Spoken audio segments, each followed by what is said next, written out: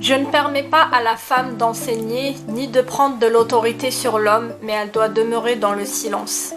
Femmes, soyez soumises à vos maris comme au Seigneur, dans le but d'apprendre aux jeunes femmes à être occupées aux soins domestiques. Alors lui, je l'aimais pas trop. Ça c'était avant. J'ai l'impression d'être dans une pub, tu sais, mais ça c'était avant. Je crois que c'est des lunettes ou un truc comme ça. Salut tout le monde! Alors aujourd'hui on va parler d'un sujet un peu qui pique un peu, que les femmes n'apprécient pas trop généralement quand elles lisent ce genre de versets. Du coup je vais essayer de réconforter certaines et leur parler de quelques vérités qu'on trouve ailleurs dans la Bible. Voilà, juste après ceci.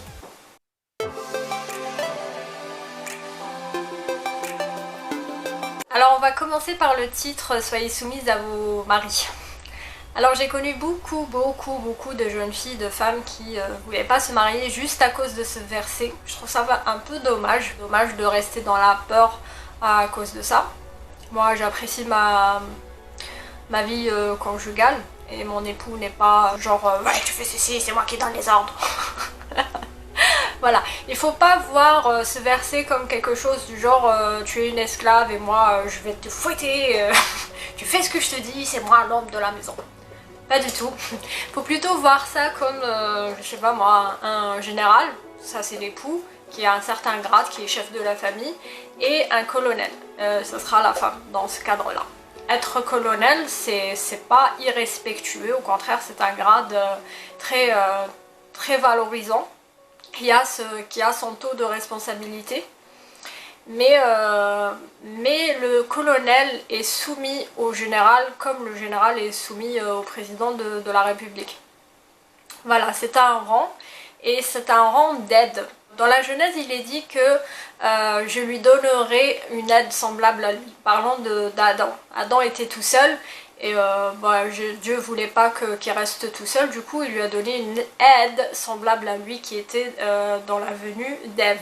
Il lui a pas dit oui je vais te donner une boniche ou je vais te donner quelqu'un qui te ressemble un peu mais qui parle pas, tu vois. Non, il a dit une aide semblable à lui. D'ailleurs, j'aime beaucoup les termes qu'utilise Dieu quand il parle de nous. Dieu vraiment choisit des mots spécifiques. Il n'a pas dit une esclave, je vais pas te donner une esclave et je vais te donner une aide semblable à toi. Voilà. D'ailleurs, quand on est général, on a des responsabilités, hein, faut pas croire, hein, et c'est des responsabilités assez lourdes. Moi-même, je voudrais pas être général. Hein. Attention, il faut prendre ça au second degré. Hein. Ça veut pas dire que je suis contre les femmes généraux ou quoi que ce soit. Au contraire, je suis à 100% pour les femmes générales ou généraux. Je sais pas comment on dit. Bref. Mais ce que je veux dire plutôt, c'est qu'on a plutôt un beau rôle. Allez!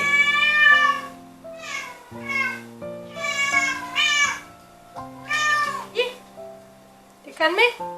Être dans un corps d'une femme ou être dans le corps d'un homme, ça n'a aucune importance finalement. Enfin, ça a son importance maintenant, tant qu'on vit encore sur Terre, quand on vit dans nos corps charnels, pour des tas de choses dont je ne mentionnerai pas le fait. Mais Jésus a bien dit que quand on sera en paradis, il n'y aura pas de mariage, parce que on sera comme les autres anges, on est esprit. Dieu nous a collus esprit avant qu'on rentre, qu'on soit dans notre corps charnel, et quand on le quittera, on sera encore esprit, on n'aura pas de genre, c'est ce que je veux dire. Donc quand il dit, quand la parole dit soyez soumises à vos maris, voyez ça plutôt comme le grade de colonel, comme un métier, voilà. Je vais dire ça comme ça, parce que, encore une fois, quand vous serez dans l'au-delà, Dieu s'en foutra royalement que vous soyez une femme ou un homme, franchement, ça n'a aucune importance. Encore une fois, à la base, vous êtes esprit. De la même manière que Jésus a dit que quand il y aura l'enlèvement de l'église, l'un sera pris, l'autre pas. Il n'a pas dit toi homme tu seras pris parce que tu es l'homme, et toi femme tu ne seras pas prise parce que tu es une moindre parmi les moindres, tu es une femme. Non, il a dit que un époux sera pris, sa femme ne sera pas prise, une femme sera prise, son époux il sera pas pris. Donc n'ayez pas peur de vous marier parce qu'il est dit vous soyez soumises à vos époux. Deuxième chose dont je voulais parler, c'est je ne permets pas aux femmes d'enseigner. suis allée chercher un peu loin dans la Bible, plutôt dans l'Ancien Testament, et je me suis dit que Esther, je sais pas si vous connaissez Esther, Esther c'était une fille juive qui a été prise avec d'autres jeunes filles pour que le roi d'époque choisisse une femme. Il les avait prises sans leur consentement, entre parenthèses.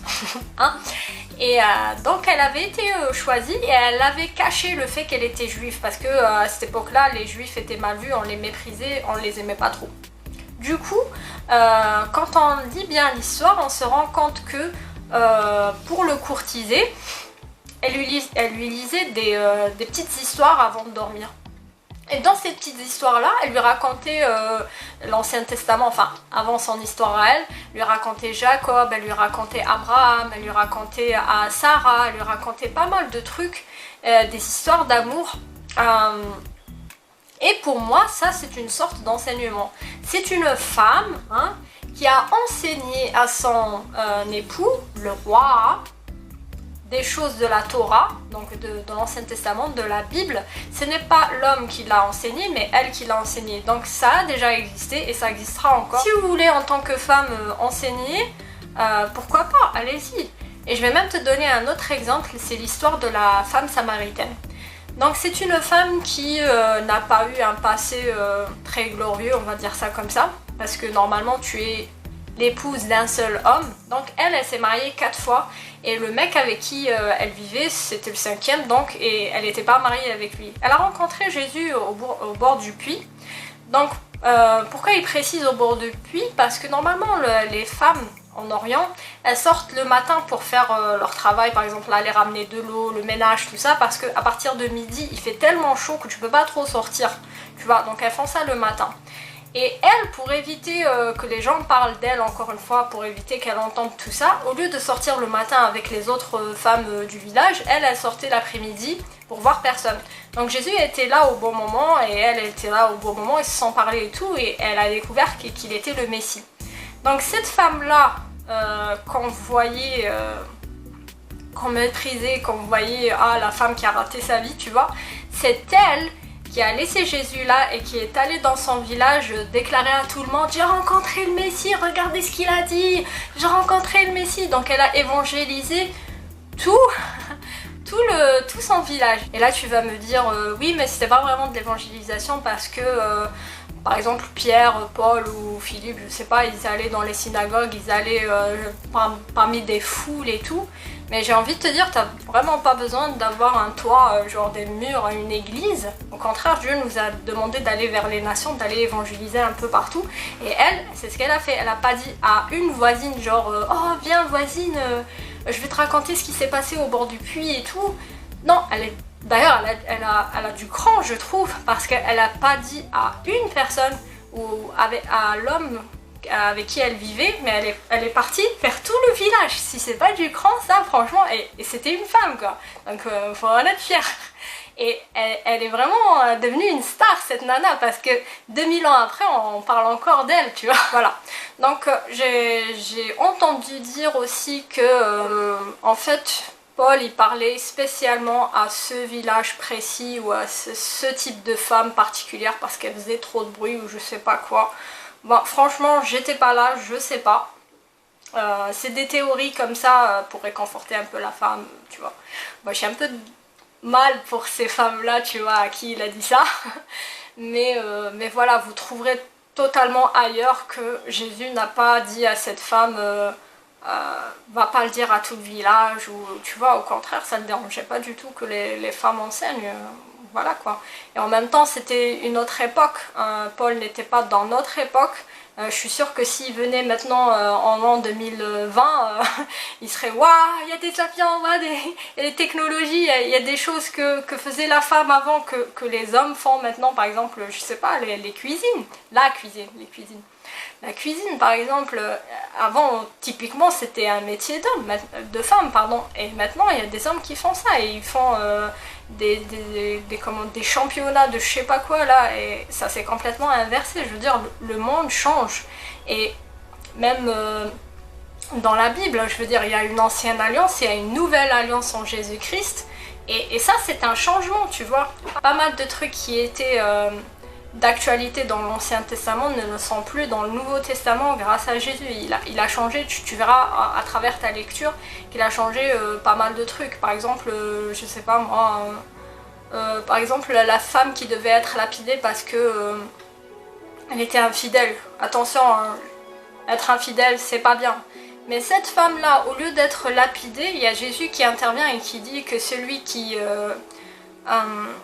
n'a jamais péché jette la première pierre, tu vois. C'est quelque part un pardon qu'il n'y avait pas forcément dans l'ancienne alliance, et tu trouves ce genre de différence au fur et à mesure de ta lecture, et tu te dis, bah, une femme qui enseigne, c'est pas si grave que ça. Il y a des femmes qui enseignent très très bien.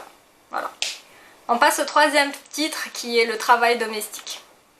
Donc au niveau du travail domestique, j'ai découvert un petit passage dans le Nouveau Testament où Jésus était encore... c'était avant sa mort et sa résurrection. Il a fait la rencontre de Marie et de sa sœur Marthe, qui ont un frère qui s'appelle Lazare. Donc c'est une drôle d'histoire quand même. En fait, Marie était une fille qui n'avait pas un passé très très glorieux, on va dire ça comme ça. De plus, elle avait 7 démons en elle dont Jésus l'a délivrée. Elle avait une sœur qui était un peu plus... moi, je sais gérer une maison. Tu vois, elles étaient plutôt différentes. Du coup, quand Jésus il a ressuscité son frère, en fait, Lazare, après qu'il était malade et qu'il est mort suite de sa maladie, il l'a ressuscité. Et les sœurs étaient tellement contentes et tout, elles l'ont invité à manger et tout. Et pendant qu'ils étaient en train de manger, il y a Marie qui se met à côté de Jésus et qui l'écoute comme ça, genre elle est très intéressée parce que il l'a délivré, il a guéri son frère, il l'a ressuscité, pardon, et il a fait vraiment des choses, elle était admirative, tu vois, elle voulait plus de lui. Et il y a Marie qui dit à Jésus, regarde Marie, elle ne m'aide pas à faire le ménage, elle ne m'aide pas à servir aux tables et tout, elle devrait m'aider et tout. Et Jésus, je t'aime. Jésus dit un truc, waouh, pour cette époque-là, il y a 2000 ans, c'était quelque chose, tu vois. Au lieu de lui dire, Marie, va aider ta soeur, t'es une femme, t'es faite pour ça, pas du tout. Vraiment, il dit à Marthe, mais Marthe, arrête, t'es en train de bouger,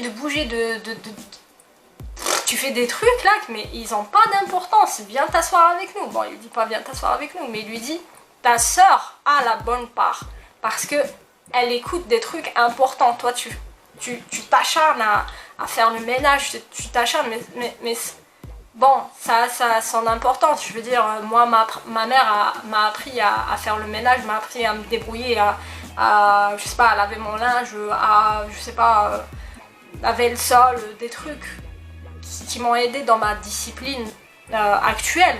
C'est important, mais c'est pas le plus important. Je veux dire... si tu sais pas, je sais pas moi, faire une tarte, c'est pas grave. Le plus important, c'est que tu suives Jésus. Et Marie l'a bien compris et elle a eu la bonne part. Voilà ce que je voulais dire là-dessus. Bon, c'est fini pour moi. Si t'as aimé la vidéo, n'oublie pas le pouce bleu, ça fait toujours plaisir. Si t'es pas abonné, abonne-toi parce que ça fait connaître ma chaîne. Et je vous dis à la prochaine vidéo. Bye bye!